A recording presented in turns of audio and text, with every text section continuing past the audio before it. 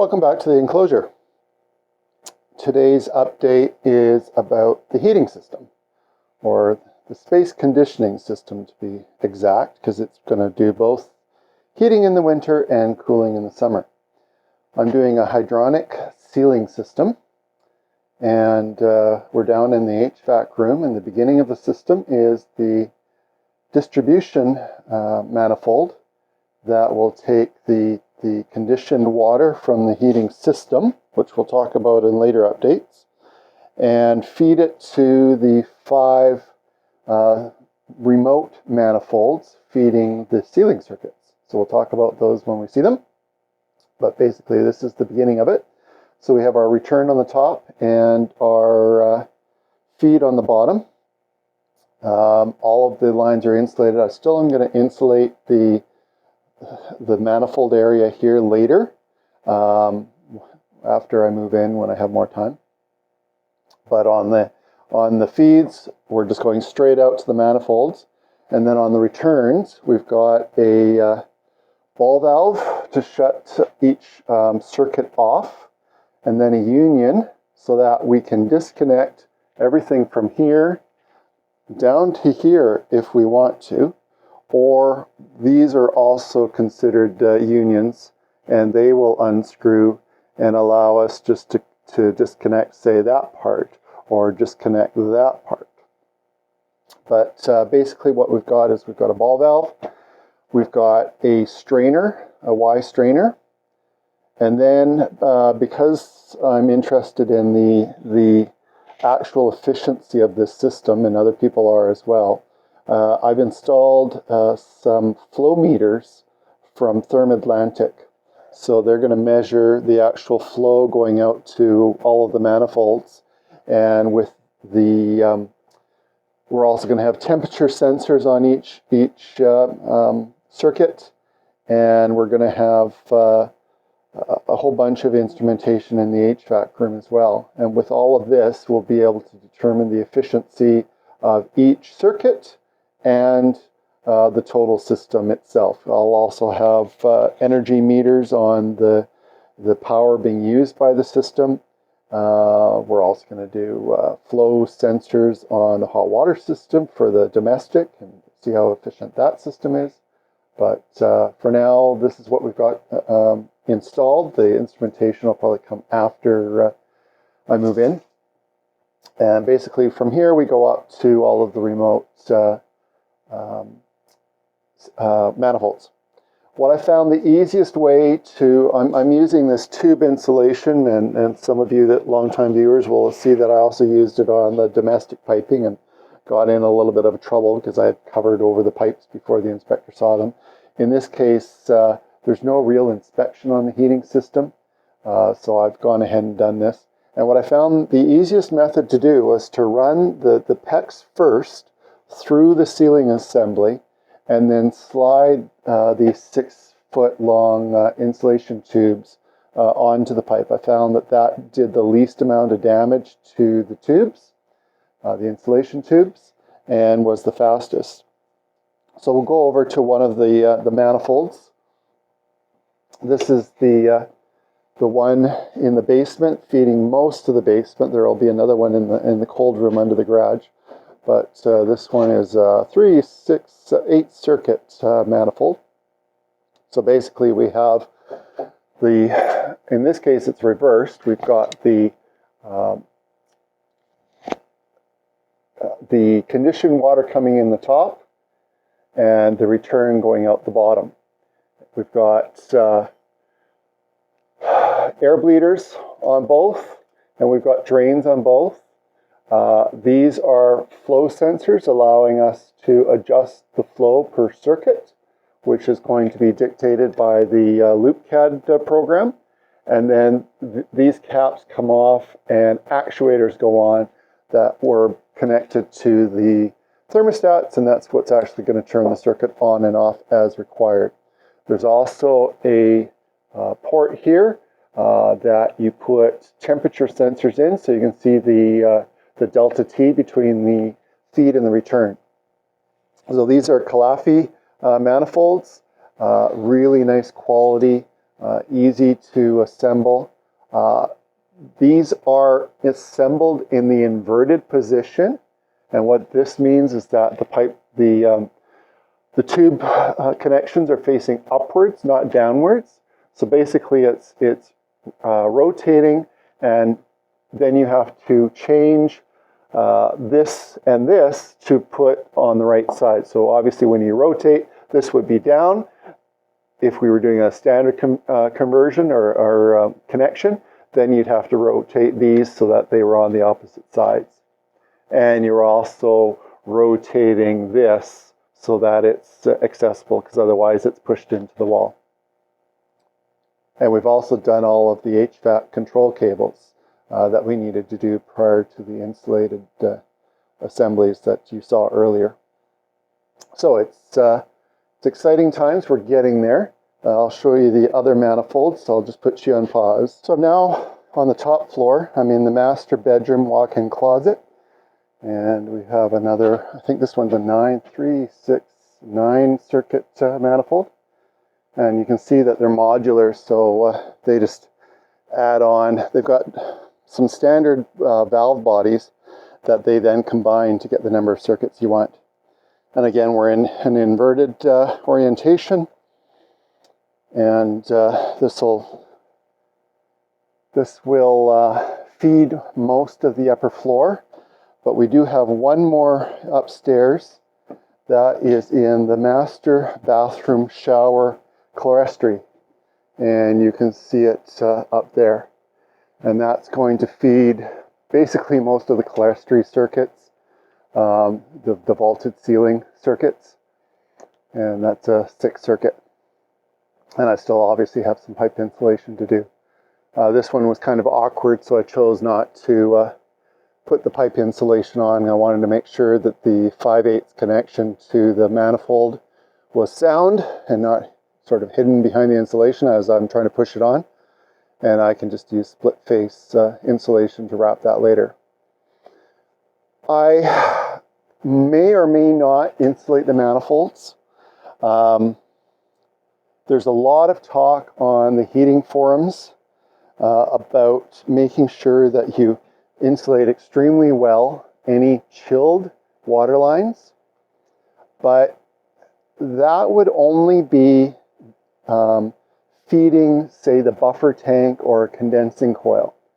It's not that relevant for hydronic panel, ceiling panels, or floor panels for that matter, if you're using it for cooling, because that cooling water is never going to be below the dew point of the interior air.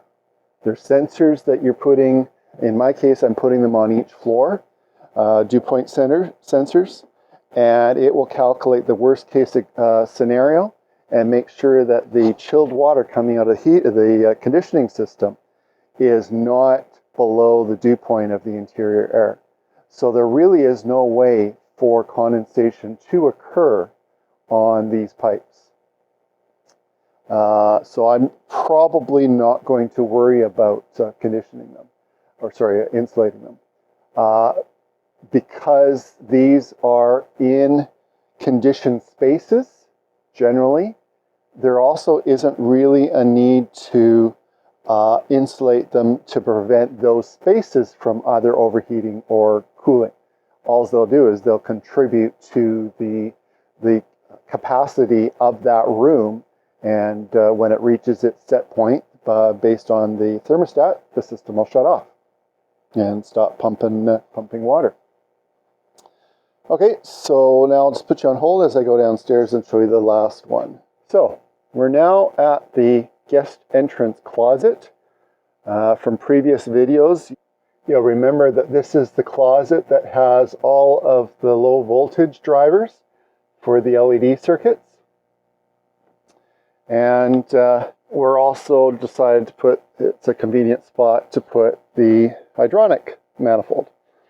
So this is going to feed most of the first floor, the garage, as well as the upstairs bedroom and bathroom that are at the southeast corner of the house, so basically just behind us.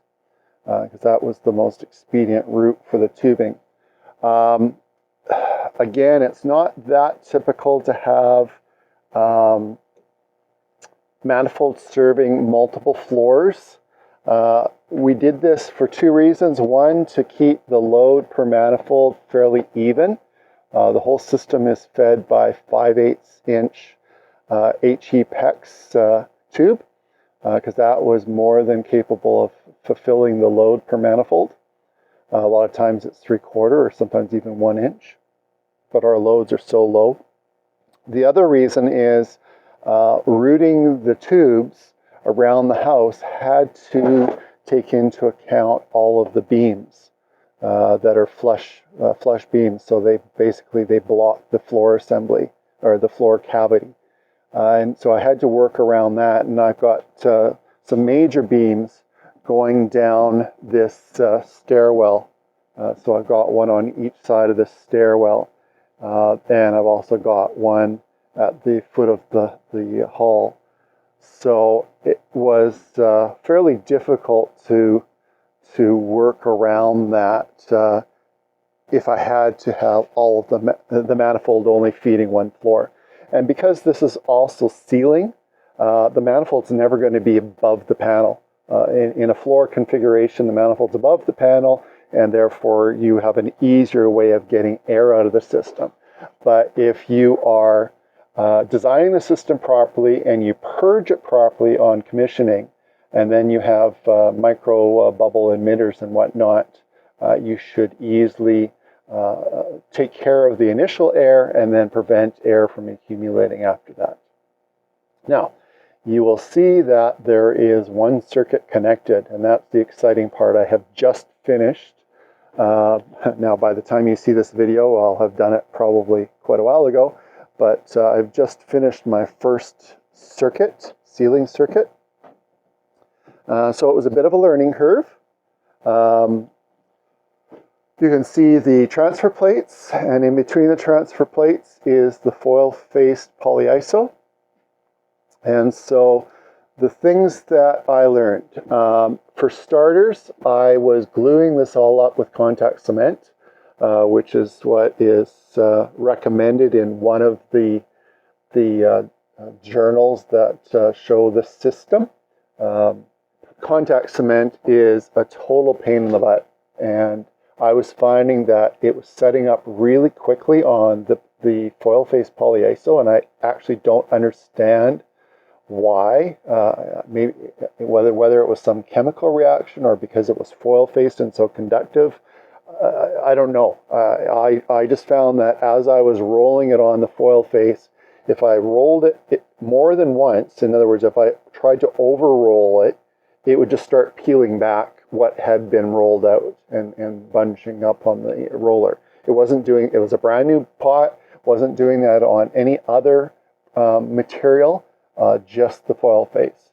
So I was finding I was having to do 2 or 3 plates at a time to glue them up, let it sit after you'd roll it so that it becomes tacky, and then put it together and let it sit for a while so that it adheres, and then you would try to glue them up to the ceiling. And I was finding that they were actually falling off the ceiling. So I started doing the screws, and there's still some question about how well this has to be attached to the ceiling. A lot of people are saying that you're just temporarily attaching it until the drywall is in place, and the drywall is actually holding it to the ceiling. I'm gonna do a hybrid method where I'm attaching the plates to the ceiling with 3 screws along the plates, each end in the middle, but only on one side. That allows for expansion of the plates, which is recommended by Radiant Design and Supply, to only attach one side of the plates, and go from there. And that way, if the drywall ever failed for some reason, the system is still going to hold itself to the ceiling. So we're using Radiant Design and Supply Thermo-Fin U plates, which have been phenomenal. We're using HE PEX from Uponor, which has an oxygen barrier in it. It has a fairly high rate of expansion, and so a lot of people are concerned that this could create clicking, but Radiant Design and Supply have indicated that because their plates capture and are tight to the PEX, it prevents that from happening. I guess the whole assembly expands maybe at a similar rate. The aluminum transfer plate and the PEX tube expand at a similar rate and expand widthwise as opposed to lengthwise. I'm not sure, but they've indicated that they have not had problems, so I have not put any extra loops, expansion loops in the PEX. These plywood returns are also from Radiant Design and Supply, and this is basically them here. If I swing you down, so basically they've taken a CNC machine and they've taken all except the very last ply out of the loop, and in my case these are at 6-inch centers. So one of the other mistakes I made was I didn't ensure that the foam insert strips, or I shouldn't say this, I cut the foam insert strips 1/8 inch too wide. I made them exact as opposed to allowing for some allowance. And as I was installing, I was finding that I wasn't lined up properly with the strips and had with the returns, and had to modify the foam strips and cut them down to ensure that I lined up. The other mistake I initially made, and you'll see it over here, is I didn't put the returns at this end initially. I only put them at the other end and thought I would put them in here later, and as you can see, that meant that I wasn't getting the assembly, the foam strip and transfer plate tight enough at this end, and I was starting to creep wider. And so I had to cut the returns so that I could line them up properly. And then at this point, I just installed the return strip and could line up the plates accordingly. Obstructions, I've been pretty lucky in this room. 4 of the pot lights missed the, and I'll just missed the U of the track, so I didn't have that much of a problem going around it. I do have that false ceiling that we've talked about earlier. So there's OSB, which is the air barrier underneath the truss. Then there's a 1.5 inch cavity where the electrical runs through. Then there's another layer of OSB, which is going to become the backing for screwing up the strips, as well as the really tight screwing up of the drywall. And then there's the polyiso strips with the U channels in between them. So again, we missed the U of the track just barely, and then on this one we didn't miss the U. So what I did is I just put a screw in, made sure I warmed up the PEX tube a bit. You can do that with PEXA, and routed it around the screw carefully, and made sure that I was wide enough from here to here that this could bend without creating too much of a crease at the corners. And then finally, we have our entrance and exit of the PEX, and I'll show you a photo of the geometry of what I did here, and it's worked out pretty well for having a nice flush entrance. It becomes easy to pull the tube through, and while we're talking about tube, the way that you do this type of circuit, whether it be on the floor, stud bays, or ceiling, you bring the and I'll just show you the PEX coil. You would bring close to the manifold, and in my case it's just behind here, and I looped it up over top of where the manifold was so that I could then run it through the ceiling. So what you do first is you run the feed through into the room, and then you loop it back via the return back to the manifold. And in my case, I was able to route it through the insulated ceiling just by opening up this little hatch here, and I was able to get it over to the other manifold area. So you return it back to the manifold, and you fix that return to the manifold. Now you pull the feed as you need it to loop. You start at the return and you knock it into the plates, and then you loop around. And you keep going until you reach the last circuit, which basically is here, and you come back and you go down and back to the feed. So you just keep on pulling it from the feed out to get the material that you need to fill in your loops. And there's lots of examples of this on YouTube if you're interested in an actual video of it happening. But it's a pretty easy system. It just means that you're running both pipes back to the manifold, you're fixing the return, or you could fix the feed, whichever, and you're pulling the other side, and going from the fixed side, you're attaching it to the plates.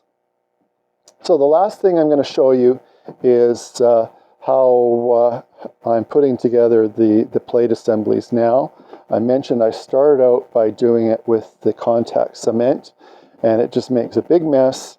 You go through a lot of equipment because, like for instance, rollers, once the rollers have been filled up with this stuff, you can't do anything with it. There's a lot of wait time as you wait for it to tack up. So I did a little bit of asking on forums and a little bit of research on compatibility of materials and whatnot. And now I'm just using a product called Great Stuff foam adhesive. And it's not foam adhesive because it's adhesive for foam, it's foam adhesive because it comes out of a foam gun, a foam spray gun. So it's called Great Stuff Pro Polyurethane Foam Adhesive for wall and floor. And what I found is that this sets up really well, and it becomes a cohesive failure if you try to pull things apart, like you see in this photo here. As you can see, the foil face just peeled off of the polyiso, tearing it off, as opposed to the two products separating independently, which would be an adhesive failure. You always want a cohesive failure if you try to separate glued items. So I'm just going to put the camera on a tripod, and I'll show you how fast this is now. So now the process is super easy. I've set up some blocking on the table to fit an exact number of tubes, and it's just basically walk down. I put 2 beads down, and it's also more forgiving. You can move the blocks back and forth, the insulation blocks back and forth as you're trying to glue up, where the contact cement was a lot less forgiving.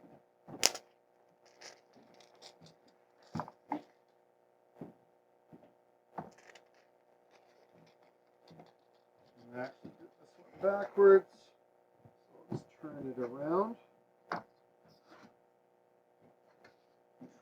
My plan, and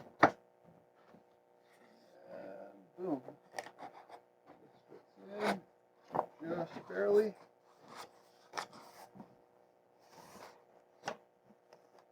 And maybe I made it a bit too tight here. I moved it, getting set up. Oh, should be okay. Yeah, I made it a bit too tight. So bear with me.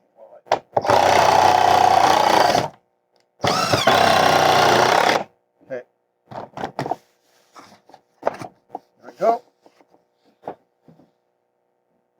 finally, I just put a couple of boxes of plates on top of the assembly.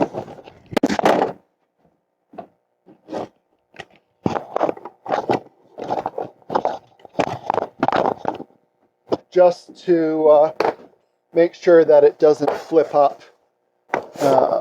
And we're done. So that's it. The two boxes just prevent it from rising up, from popping up in the center under the pressure.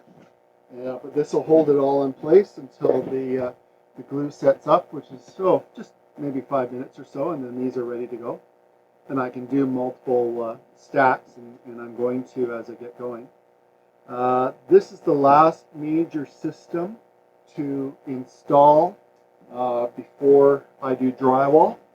I was going to try to do drywall in early February, and it looks more like it will be late February, hopefully. It'll just depend on how long these ceiling panels take to put in. I still have the OSB sub-ceiling to put in on basically the entire house, other than the office that I've done. So that'll take some time, and then putting in the panels on top. So, but it is exciting. We've got our first circuit done, and it feels good to get all the kinks out. And it took, I think, 3 days to put that in.